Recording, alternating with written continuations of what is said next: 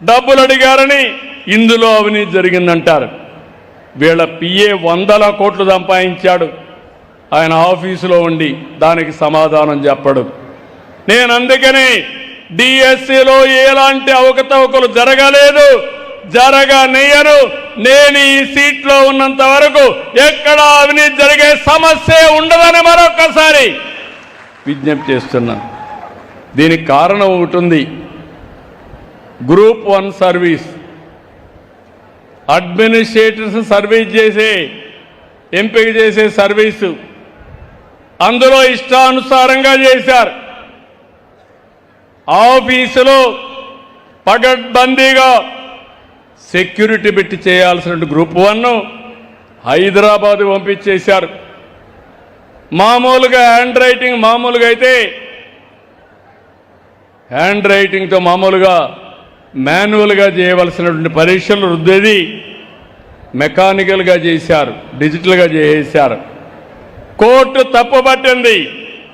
Court తప్పుపట్టినా లెక్క పెట్టుకోలేదు. మళ్ళా కోర్టు డైరెక్షన్ ఇస్తే హోప్ ఐలాండ్లో చేశారు.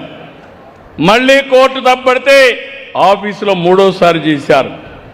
ఇష్టానుసారంగా పిల్లల యొక్క భవిష్యత్తుని అంధకారం చేయడానికి చేశారు.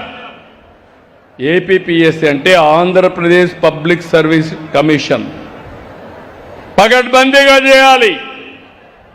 అందులో కూడా చేసిన వాళ్ళు వాల్యుయేషన్ చూస్తే మామూలు టీచర్లు కూడా లేరు. ప్లంబర్లు, కన్స్ట్రక్షన్ వర్కర్లు, ఇంట్లో పనిచేసేవాళ్ళు, అటెండర్లు, ఎలక్ట్రీషియన్లు వీళ్ళు రివ్యూ చేసే పరిస్థితికి వచ్చారు. ఈ వాస్తవాలు బయటపడతాయని ఇష్టానుసారంగా రెచ్చిపోయి పనిచేస్తున్నారు. మీరు ఒక్క విషయం గుర్తుపెట్టుకోవాలి. తప్పు చేసిన వాడు ఎప్పటికీ తప్పించుకోలేరు. తప్పు చేయకపోతే ప్రపంచంలో ఎవ్వరూ ఏమీ చేయలేరనేది నా ఆలోచన.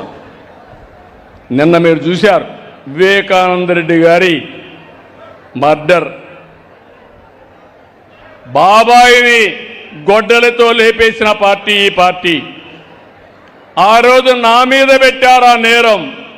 అలాంటివన్నీ కూడా చూశాం.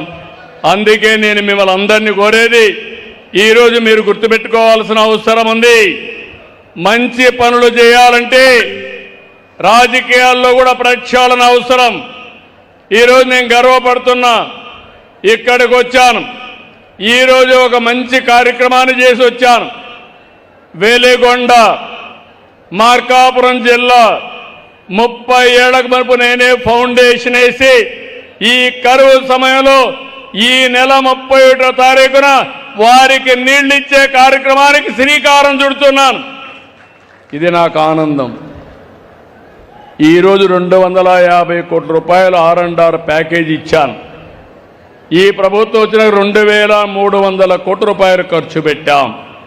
ఫేజ్ 1 పూర్తి చేశాం. అనకాపల్లికి నీళ్లు తీసుకొస్తాం. అది నాకు ఆనందం. ఇలాంటి పనులు మనం చేస్తూ ఉంటే వీళ్ళందరూ వచ్చి చేసినప్పుడు మీకు ఒకటే విజ్ఞప్తి చేస్తున్నాం. మీలో మంచి చెడులు విశ్లేషణ చేయాలి, చెడుని ఖండించాలి, మంచి ప్రోత్సహించాలి, అండగా నిలబడాలి. రేపు రాబోయే రోజులు ఎవరు తప్పు చేసినా ఖండించే పరిస్థితి మీలో వస్తే తప్పులు చేసేవాళ్ళు చేయరని చెప్పి నేను మీకు తెలియజేసుకుంటున్నా. ఈరోజు ఈ విషయాలన్నీ చేసి నేను ఒకటే మీ అందరికీ విజ్ఞప్తి చేస్తున్నా. నేను ఎన్ని ఇబ్బందులు వచ్చినా, ఎన్ని అడ్డంకులు వచ్చినా నా లక్ష్యంలో మార్పు ఉండదు.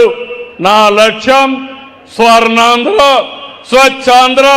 దీన్ని నిర్మించే వరకు మీకు అండగా ఉంటానని మరొకసారి హామీ ఇస్తూ హెల్తీ, వెల్తీ, హ్యాపీ సొసైటీ నిర్మాణమే ధ్యేయంగా ముందుకు పోతామని చెప్పి తెలియజేసుకుంటూ, ఇప్పుడే మీ ఎమ్మెల్యే గారు చెప్పినటువంటి 3-4 ఇష్యూలు చెప్పారు.